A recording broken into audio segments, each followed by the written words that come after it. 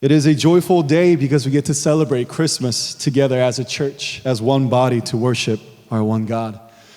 On the morning of December 25th, 1998, my brother and I, my younger brother, we woke up to the sound of my parents returning from early morning prayer service.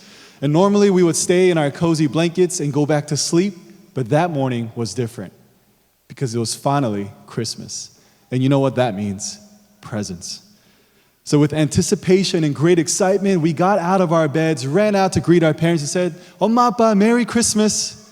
And with a smile on her face, my mother went into the hallway closet and brought out our Christmas present. My brother soon began to tear away at the gift wrap, and as the present began to reveal itself under the wrapping, our smiles soon turned into frowns. It wasn't the new game for Nintendo 64 that we wanted. I don't know if you guys know what a Nintendo 64 is, but that's what I grew up with. It wasn't the Sony PlayStation that we wanted. It wasn't even Beanie Babies. For that Christmas, when I was in 5th grade, my parents got us a clock. A clock for our room so that we would know when to wake up for school. And because I was so salty, I still remember that there was a cow on that clock. Moo. But you know what? Even though I didn't get the present that I wanted that year, I still remember that my soul, my heart was so satisfied and happy because I got to spend it with my family members. And my parents always taught me that there was an eternal gift that far outweighs any earthly, temporary gift. And that's what Christmas signifies. Christmas is a day that we remember God's plan to bring us to become a part of His family. He sent us not a temporary gift, but He sent us and gave us an eternal gift so that we would be His children, just like His Son, Jesus Christ. Isaiah chapter 9, verse 6 reads, "For to us a child is born, to us a son is given, and the government shall be upon His shoulder, and His name shall be called Wonderful Counselor, Mighty God, Everlasting Father, Prince of Peace." Amen. Verse 6 begins by saying, "For to us a child is born." And that child is our Savior and our King, Jesus Christ. He chose to obey the Father, to be born into this world, to save us from our sins, because we cannot save ourselves. The King chose to become a servant. The Creator chose to become one of His own created. And the Messiah, the Son, God, chose to become man. But notice how it says in verse 6, "For to us a child is born," and then right after that it says, "To us a son is given." This is very important for us to understand because Ravi Zacharias explains that the Son is not born, the Son of God, because the Son has eternally existed. And now it was time for the Father to give Him to us as His gift. The difference is the child, yes, the child, the human child is born, and He entered our time. But what we believe is that the child is the Son, fully human and fully divine. He is God incarnate, Jesus Christ manifested to be one of us. Why is this important? It is important because this is God's plan for salvation that has been revealed through Isaiah in the form of a child. And that child, the Son, has always been, always is, and always will be for eternity. And by believing in the birth, the life, the death, and the resurrection of the Son, Jesus Christ, who is the way, the truth, and the life, we too can become a part of His family for eternity. Do we deserve such a gift, such an extravagant gift? No, we do not. That is why God had to give the gift to us, because we can never deserve it, we can never earn it, we can never be good enough for the Son. If anything, sinners like us, we deserve punishment. But instead of sending a punisher or a dictator, God the Father sent us and gave us the greatest Christmas gift of all. Our wonderful counselor, our mighty God, our everlasting Father, our Prince of Peace. Now, some of us, like me, we grew up thinking that God is this punisher. We grew up thinking that He's a scary God who punishes His children if we do wrong. We get a speeding ticket and we think, oh, we got a speeding ticket because I didn't read my Bible the other day, or I didn't do my devotional the other day. If something bad happens to us or things do not go the way we want them to go, we begin to think it's because I didn't pray hard enough. We think that if something bad happens or if I do something bad, God is going to punish me because He's displeased with me. I used to think this way until I read Romans chapter 2, verse 4.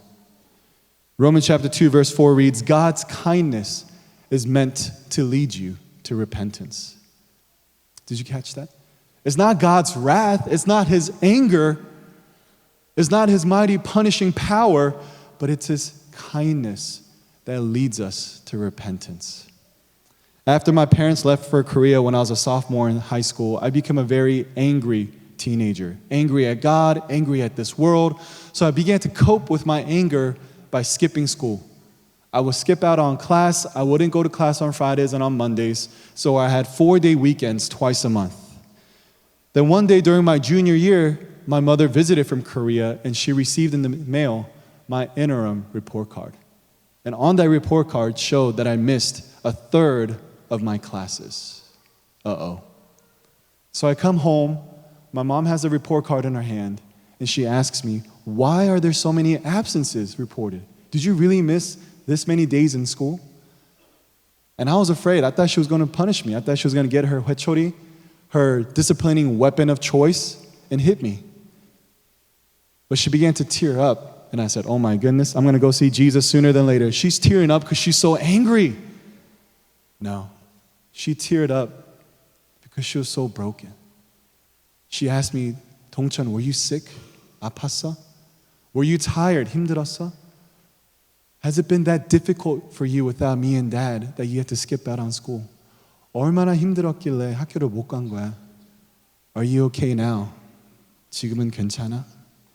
And with tears flowing down, in that moment, rather than choosing to punish me, she chose to love me. She chose to be kind to me. And she chose to understand my pain and my suffering rather than punishing me. Her love is what changed me.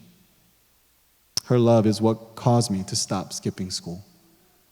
That's what it looks like for God's kindness to lead us to repentance. Not His wrath, not His punishment, but His kindness.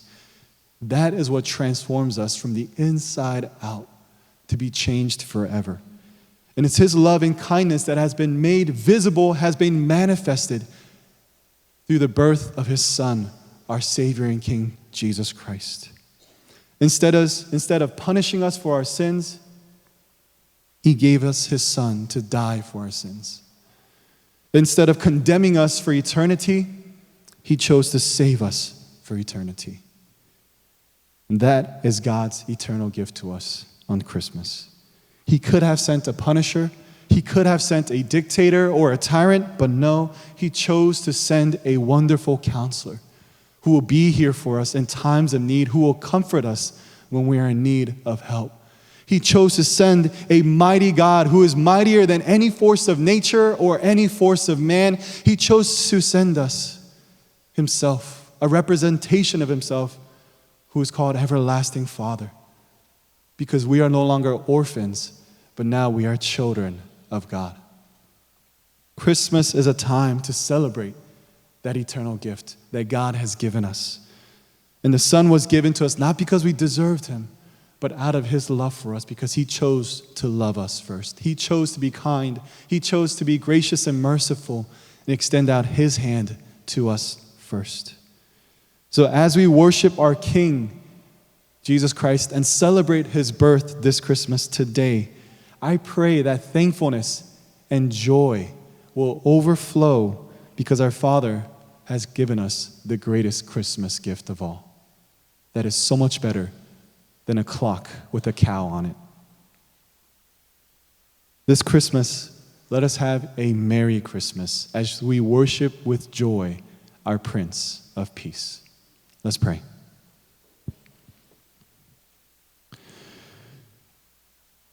Abba Father, thank you for the privilege and the honor to be able to call you Father.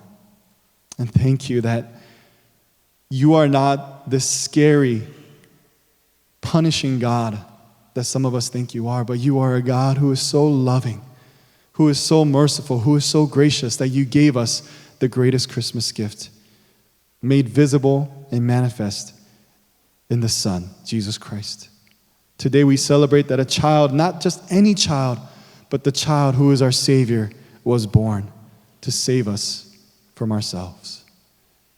We pray and we ask that as we celebrate that today, that as we worship you, that joy would overflow and exude and just saturate every aspect of our lives, our hearts, our minds, and our souls, so that we will be flooded with thoughts of you and what you have already done for us. Words cannot express how thankful we truly are, but I pray that through our lives and through our worship, you will be glorified and that our worship will be pleasing to you. Thank you for giving us a wonderful counselor. Thank you for giving us a mighty God. Thank you for giving us an everlasting Father. Thank you for giving us our Prince of Peace.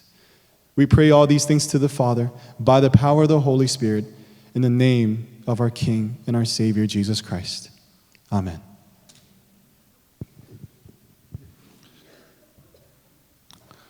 오늘 하나님 말씀은 마태복음 2장 1절부터 3절까지입니다. 제가 봉독합니다. 헤롯 왕 때 예수께서 유대 베들레헴에서 나시며 동방에서부터 박사들이 예루살렘에 이르러 말하되 유다인의 왕으로 나신 이가 어디 계시냐? 우리가 동방에서 그의 별을 보고 그에게 경배하러 왔노라 하니 헤롯 왕과 온 예루살렘이 듣고 소동한지라. 아멘. 오늘 말씀은 예수님이 탄생하시던 그때에 다른 사람들은 무엇을 하고 있었는지에 대한 이야기를 나누려고 합니다. 그와 동시에 우리가 한번 생각해 보길 원하는 것은요, 예수님의 탄생을 이야기하는 요즘에 우리들은 무엇을 하고 있는지를 또 생각해 보기를 원합니다. 그래서 오늘 설교 제목이 예수님 탄생 때의 사람들이에요. 첫 번째로 대표적인 사람이 헤롯 왕이죠. 예수님이 탄생하셨던 소식을 듣고 헤롯 왕은 무엇을 하고 있었는가를 생각해 보기를 원합니다. 근데 성경에서는 헤롯 왕이 그렇게까지 나쁜 사람으로 나오진 않는데요, 정말 나쁜 사람이 헤롯 왕입니다. 왜냐하면 헤롯 왕은 6번 결혼했고요. 근데 6번 결혼했기 때문에 정말 나쁜 사람이 아니라 정말 나쁜 사람인 이유는 자기가 사랑하는, 가장 사랑하는 아내를 죽였어요. 그리고 자기 아들들 둘도 그 왕권 때문에 죽입니다. 그리고 자기 장모마저도 죽여버려요. 그러니까 살인자예요. 살인자입니다. 그리고 나중에 자기가 죽을 때 왕권을 자기 장자에게 주기로 했거든요. 근데 그것도 싫어가지고 나중에는 장자까지 죽여요. 장자까지. 그러니까 자기의 자식이고 뭐고 없어요. 그냥 자기의 권력을 위해서는 사람을 죽이는 그러한 사람이었습니다. 그런데 성경은 그가 그렇게 나쁜 사람이라는 얘기를 많이 안 했어요. 뭐 자기의 자식 죽이고 뭐 이런 얘기를 안 했어요. 왜 그런 얘기를 안 했을까요? 왜냐하면 그런 얘기 써놓으면 우리랑 너무 동떨어진 나쁜 사람이라고 생각할까 봐 성경은 그런 얘기를 안 했어요. 어느 정도 우리가 공감할 수 있는 거, 나도 이 사람처럼 나쁘다라고 생각할 수 있는 만큼만 써놓은 거예요. 왜요? 바로 내가 헤롯이라고 생각하길 원했어요. 우리도 죄인, 헤롯과 같은 죄인입니다 라는 고백을 하게 하기 위해서 하나님은 거기까지만 써놓으신 거죠. 그래서 헤롯은 우리랑 굉장히 비슷한 게 많습니다. 뭐가 비슷할까요? 첫째는 그는 탐욕이 비슷해요. 헤롯은 이 권력에 대한 욕심이 대단합니다. 우리는 돈에 대한 욕심이 대단하죠. 그렇죠? 그러니까 우리는 헤롯과 정말 비슷한 사람 맞습니다. 그 마태복음 2장 2절과 3절에 보면 유대인의 왕으로 나신 이가 어디 계시냐? 우리가 동방에서 그의 벽을 그에게 경배하러 왔노라. 왕이 태어났다 그러니까 헤롯 왕과 온 예루살렘이 듣고 소동을 합니다. 왜 난리가 납니까? 특히 헤롯 왕이 왜 소동을 해요? 이 소동이라는 이 뜻이 뭐냐면 뒤흔들다, 당황하다, 무서워하다라는 뜻이에요. 왜 그렇습니까? 자기 왕권을 잃어버릴까 봐. 어떻게든지 자기 왕권을 지키기 위해서 별짓을 다 했는데 이제 왕으로 태어나면 큰일 나는 거예요. 자기 욕심을 채울 수가 없는 거죠. 근데 우리 스스로가 한번 생각해 봐야 될 것은 나에게는 이런 탐욕은 없는지. 탐욕은 우상이거든요. 난 무엇보다도 난 돈이 많아야 돼. 뭐 그걸 위해서 돈을 위해서 무슨 짓을 다 하고 있다면 우리는 헤롯과 다를 바가 없다라는 것이죠. 두 번째로는 헤롯이 우리랑 비슷한 건 뭐냐면 거짓이 있었어요. 그는 거짓말을 정말 잘합니다. 그래서 7절과 8절에 보면 이 헤롯이 가만히 박사들을 불러 별이 나타날 때를 자세히 묻습니다. 그때 얘기를 해줄 거 아니에요. 그랬더니 헤롯 왕이 뭐라고 거짓말하냐면 베들레헴부터 보내며 이르되 가서 아기께 대해 자세히 알아보고 찾거든 내게 고하여 나도 가서 그에게 경배하게 하라. 자기는 경배할 마음이 전혀 없어요. 그걸 알아서 죽이려고 하는데 경배할 거라고 거짓말을 합니다. 거짓말을 하죠. 헤롯은 거짓말쟁이에요. 여러분들 우리도 참 거짓말을 많이 하는 사람들이 아닌가라는 생각을 해보는데요. 제가 요즘 보는 드라마 중에 역도 요정 그 주인공 이름이 생각이 안 나네요. 하여튼 그런 제목이 있어요. 근데 그 드라마를 보면서 여기 번역은 안 나왔습니다. 죄송하지만 그 드라마를 보면서 굉장히 중요한 얘기를 하나 들었어요. 거기서 뭐라고 얘기하냐면 내가 거짓말을 한 번 하면 그 거짓말을 안 들키기 위해서는 거짓말을 몇 번 해야 된다고 그러는지 아세요? 그 드라마 보신 분 아무도 없으세요? 7번 거짓말해야 된대요. 그 거짓말 안 들키기 위해서 7번 거짓말해야 되고 그리고 결국에는 나는 뭐가 되냐면 거짓말쟁이가 된대요. 굉장히 중요한 말을 드라마에서 하더라고요. 그래서 제가 기억을 했다가 지금 써먹고 있는데 맞아요. 거짓말이 거짓말을 만들고 우리의 삶을 피폐하게 만들어요. 결국에는 거짓말이 뭔가를 해결하는 것처럼 보이지만 결국엔 우리는 다 잃어버리게 만듭니다. 거짓말은 감동도 없고요. 그냥 가증스럽고 피곤하게 만들 뿐이에요. 그런데도 우리는 자꾸 거짓말을 하죠. 헤롯처럼. 그러니까 우리도 헤롯처럼 거짓말하는 모습이 있는지 없는지를 생각해 봐야 돼요. 세 번째는 헤롯과 우리가 비슷한 게 뭐냐면 살인을 합니다. 살인을 해요. 2장 16절에 보면 헤롯이 박사들에게 속은 줄 알고 심히 노하여 사람을 보내어 베들레헴과 그 모든 지경 안에 있는 사내 아이를 박사들에게 자세히 알아본 그때를 기준하여 2살부터 아래로 다 죽입니다. 물론 우리는 몇천 명을 죽었다 여러분들 생각하지 모르지만 그렇진 않아요. 몇천 명은 아니에요. 왜냐하면 이 베들레헴에는 예루살렘에서 한 8km 떨어졌거든요. 그러니까 금세 죽였을 거예요. 금세. 근데 베들레헴에는 약 많아봤자 2,000명 정도밖에 안 살았어요. 전체 인구가. 그러니까 2살짜리 아이들 하면 수십 명이 아마 2살 밑으로는 죽었을 거예요. 그래도 엄청난 살인을 한 거 맞습니다. 살인했죠. 그렇죠? 근데 우리가 살인자냐? 성경은 우리가 미워하는 것도 살인이라고 얘기하잖아요. 우리는 수많은 사람을 미워합니다. 나의 이익을 위해서 내 욕심을 채워주지 않으면 험담하고 우리는 미워하고 그것이 살인이에요. 그러니까 우리는 헤롯과 다를 바가 없다라는 것이죠.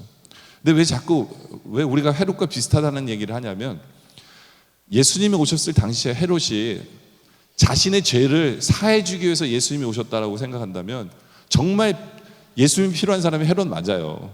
근데 헤롯은 그렇게 생각하지 않았어요. 자기가 죽일 사람으로 생각을 한 거예요.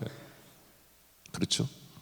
자기가 죄인임을 깨달았다면, 그래서 메시아가 필요한 사람이라는 걸 깨달았다면 정말 헤롯에게는 정말 기쁨의 크리스마스가 됐을 텐데 그것을 놓쳐버린 거죠.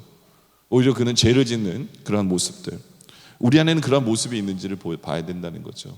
하나님, 내가 헤롯입니다. 나의 죄를 위해 이 땅에 오신 주님 때문에 기뻐합니다. 감사합니다. 예배합니다. 이 고백이 우리에게 있는가를 돌아보자는 것이죠. 그리고 또 다른 사람은 예수님 탄생 때 또 다른 사람이 누구냐면 대제사장과 서기관들이에요. 2장 4절부터 보면 왕은 몰라요. 예수님이 어디서 태어날지. 그러니까 대제사장과 서기관에 물어봤어요. 왕이 모든 대제사장과 백성의 서기관들을 모아 그리스도가 어디서 나겠느냐 물으니 이르되 유대 베들레헴이여 이는 선지자로 이렇게 기록된 바 또 유대 땅 베들레헴아 너는 유대 고을 중에 가장 작지 아니하도다 내게 산 다스린 자가 나와서 내 백성 이스라엘의 목자가 되리라고 예언을 얘기해 줍니다. 다시 말해서 대제사장과 서기관들은 예수님이 어디서 태어날지 알았어요. 베들레헴에서 태어날 줄 알았어요. 그리고 메시아가 태어났다는 얘기까지 들었어요. 근데 이들은 관심이 없어요. 얘기만 해주고 머리로는 아는데 주님을 예배할 마음조차 없어요. 가서 체크할 마음조차 없어요. 왜요? 무관심하니까. 열정이 없는 거예요. 열정이 없는 거죠. 여러분들 우리도 성경을 정말 많이 알고 있어요. 그렇죠? 그러나 우리는 주의 일에 무관심하고 있는 부분은 없습니까? 한번 돌아보자는 거예요. 우리 입술로는 예수님에 대한 얘기를 참 많이 해요. 생각도 많이 하지만 실제로 우리는 주의 일에 정말 열정이 있는지 바로 그분들이 회복되길 원해요. 여러분들, 우리가 지금 크리스마스잖아요. 우리는 매년 크리스마스를 맞이해요. 근데 하도 매년 크리스마스를 맞이하다 보니까 메시지 똑같은 것 같고 모든 일도 다 똑같은 것 같아서 거기에는 감동도, 너는 지져라, 그냥 뭐 요번에도 똑같네, 그런 식으로 우리가 이 크리스마스를 맞이하고 있는 것은 없는지, 감동은 없고 무관심하고 열정도 없고. 저는 이번 크리스마스를 통해서 우리에게 열정과 감동이 회복되길 원해요. 다시 한 번 더 이 땅에 나를 위해서 오신 주님을 생각하면서 우리가 주님 앞에서 어떻게 살아야 될 것인가에 대한 고민, 내가 주를 위해서 무엇을 할 것인가에 대한 고민이 있기를 원해요. 그런 고민이 있다면 우리는 그 세 번째 사람을 통해서 배울 수 있죠. 세 번째 사람은 동방박사예요. 예수님이 탄생했을 때 이들은 그 먼 거리를 뭐 하러 왔어요? 마태복음 2장 2절에 보니까 유대인 왕으로 나시니가 어디 계시냐, 우리가 동방에서 그의 별을 보고 그에게 경배하러 왔노라. 예배하러 온 거예요. 이 사람들은 정말 예배하러 온 거 맞아요. 왜요? 그 먼 거리를 몇 달에 걸쳐서 와서 뭐 합니까? 예배 딱 드리고 가요. 그냥 하루 저녁 딱 하루 예배 드리고 가는 거예요. 정말 예배하러 온 거 맞아요. 그렇죠? 야, 우리가 이렇게 왔는데 좀 뭐라도 더 해야 되지, 그게 아니에요. 정말 예배하러 온 거예요. 이들은 예배에 대한 열정이 가득한 거예요. 근데 솔직히 대제사장이나 서기관에 비하면 이들은 메시아에 대한 지식도 굉장히 작았어요. 왜요? 17절 민수기 그 24장 17절에 나온 이 구절 하나 보고 이 사람들 온 거예요. 민수기에 보면 예수님이 나실 거에 대한 예언이 있거든요. 근데 그 예언이 뭐냐면 한 별이 야곱에서 나온다는 거예요. 별이 나온다는 거예요. 이거 하나 듣고 온 거예요. 이걸 어떻게 들었을까요? 다니엘이나 그의 친구들을 통해서, 이스라엘 포로로 잡혀간 사람들을 통해서 메시아가 나오면 별이 나온다는 얘기 하나 듣고 이 사람들은 지식은 그거밖에 없었어요. 별이 뜨면, 어떤 신기한 별이 뜨면 저분이 메시아다, 그거예요. 그 별 하나 믿고 이들은 주님을 단지 예배하러 온 사람들이에요. 예배하러. 대제사장과 서기관들도 관심 없었는데 이들은 그 먼 곳에서 단지 하나님 앞에 예배하기 위해서 산을 넘고 강을 넘어, 그리고 이들은 밤에만 여행을 했을 거예요. 왜냐하면 낮에는 별이 안 보이니까. 그렇죠? 그 밤에 잠도 못 자고. 여러분들, 우리는 예수님을 생각할 때 뭐 하고 싶으세요? 우리가 예수님을 아는 지식이요, 예수님을 아는 지식이 우리로 예배하고 싶은 마음을 들지 않게 하잖아요. 그럼 우리의 신앙은 죽은 겁니다. 우리가 예수님을 안다면, 만왕의 왕이신 우리 주님을 안다면, 그분이 나의 죄를 위해서 죽으셨고 나의 죄를 사하시고 나를 천국 백성 삼아주시고 하나님 자녀 삼아주신 것을 우리는 안다면, 우리는 당연히 그 다음 리액션은 뭐냐면 주님을 온 마음 다해서 예배하고 싶어져야 돼요. 그것이 우리의 삶 속에서 회복되어져야 한다라는 거죠. 그리고 동방박사들이 드린 예배가 정말 진정한 예배였다라고 볼 수 있는 이유는 그들은 빈손 오지 않았어요. 하나님 앞에 주님 앞에 예물을 드렸다라는 것이 그 예배의 완성이기도 해요. 여러분들이 왜 주님 앞에 나오면서 빈손으로 오지 않습니까? 하나님 앞에 왜 헌물을 드립니까? 왜냐하면 그것이 예배의 완성이기 때문에 그래요. 진정으로 예배하는 자에게는 우리가 주님께 뭔가를 드리고 싶어져야 돼요. 그리고 이들이 드렸던 것은 마태복음 2장 11절에 보면 집에 들어가 아기와 그 어머니 마리아가 함께 있는 것을 보고 엎드려 아기께 경배하고 보배압을 열어 황금과 유향과 모략을 예물로 드리니라. 이들이 그냥 갖고 온 거라고 생각되지 않아요. 왜냐하면 이들이 드린 선물은 정말 예수님이 누구신가에 대한 생각을 하고 드린 것 같아요. 왜냐하면 이 황금은 예수님이 왕 되신 주님을 상징하는 거고요. 그렇죠? 유향은 예수님이 대제사장 되심을, 모략은 예수님의 십자가 죽으심까지 생각하면서 이들이 드려진 거예요. 물론 이들이 그렇게까지 깊이 생각했을까라는 생각은 못하지만 무엇이 주님을 가장 기쁘시게 하는 선물일까라는 고민을 했을 것 같아요. 그렇죠? 제가 여러분에게 이 성탄절날 예배를 드리면서 우리가 매일 헌금을 빠지지 않고 뭐 11조를 해야 됩니다, 그런 얘기를 하는 게 아니에요. 우리의 고민은 그거예요. 내가 진정으로 예배자로 살아가기 위해서는 내가 무엇을 주님 앞에 드림으로 우리가 예배자가 될 수 있을까, 진정한 바른 예배자가 될 수 있을까에 대한 고민이에요. 마리아 같은 경우에는 성령으로 잉태되었다는 소식을 들었을 때 마리아가 그런 고백을 하죠. 주의 계집종이니 주의 말씀대로 되리이다. 이게 뭐예요? 주님, 내가 내 몸을 드립니다. 내 몸을 드립니다. 몸으로 주님 앞에 경배하는 거예요. 주님을 예배한 거예요. 여러분들, 우리의 예배가 회복되기 위해서는 내가 주님께 뭐를 드리고 싶은 그런 마음이 있는가예요. 그래서 주님을 기쁘시게 하고 싶은가, 이것을 돌아볼 필요가 있다라는 거죠. 예배자가 되는 것, 이것이 우리 주님이 우리에게 원하시는 거죠. 이제 말씀의 결론을 내리죠. 여러분들 아까 우리가 인사했을 때 메리 크리스마스라고 그랬잖아요. 메리 크리스마스. 기쁨에 주님께 예배하는 시간이 되고 있으십니까? 지금은 인사는 그렇게 했는데 정말 오늘의 우리의 예배가 메리 크리스마스, 크라이스트를 워십하는 메리, 기쁨이 있는 그러한 예배를 지금 드리고 있습니까? 우리가 만약에 하나님 내가 헤롯입니다, 헤롯처럼 나는 죄인입니다 했을 때 나의 죄를 위해서 오신 그 주님을 우리는 기뻐할 수밖에 없는 거예요. 그렇죠? 직분은 대제사장이고 서기관인데 아무런 열정도 아무런 희망도 아무런 소망도 없는 나에게 주님께서 오셨다라는 그 소식이 우리가 믿는다면 그것은 우리에게 가장 큰 기쁨이에요. 우리의 열정을 회복시켜 주시는 힘이 돼요. 우리는 메리 크리스마스가 될 수밖에 없어야 돼요. 내가 헤롯이라면, 내가 제사장이었고 내가 서기관의 모습이었다면, 근데 주님을 진짜로 만났다면 우리는 메리 크리스마스가 될 수밖에 없어요. 솔직히 우리가 크리스마스 때마다 메리 크리스마스로 얘기하지만요, 정말 우리의 매 주일 예배가 뭐가 돼야 돼요? 메리 크리스마스가 돼야 돼요. 매 주일이 바로 우리의 매일매일의 주일이 나를 위해 이 땅에 오신 주님 때문에 정말 메리 크리스마스가 되는 그러한 주일을 체험하는, 그러한 주일을 간증하는, 그래서 기쁨으로 주님을 찬양하는 그런 여러분들 모습 되어지시기를 주님의 이름으로 축원합니다. 기도드리겠습니다.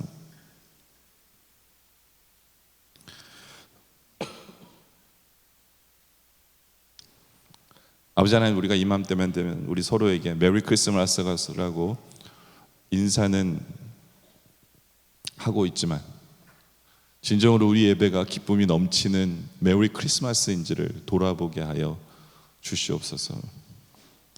헤롯 같은 죄인인데 나의 죄를 위해 십자가 지신 그 주님이 이 땅에 오신 그날 우리가 어찌 기뻐하지 않을 수 있겠습니까?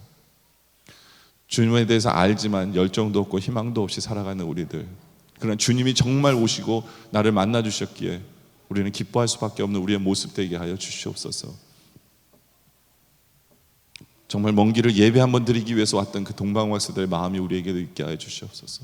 진정으로 주님을 예배하고 싶은 그 마음이 넘치게 하여 주시고, 주님의 은혜가 너무 감사하기에 빈손으로 나오지 아니하고 주님께서 뭐를 기뻐 받으실까에 대한 고민이 늘 우리에게 있고 그것을 드릴 줄 아는 우리의 인생의 삶의 모습 되게 하여 주시옵소서. 그래야 매주일에 우리의 예배가 메리 크리스마스 되는 기쁨의 예배가 되는, 기쁨의 주를 찬양하는 그런 시간 되게 하여 주시옵소서. 감사드리며 예수님의 이름으로 기도드립니다. 아멘.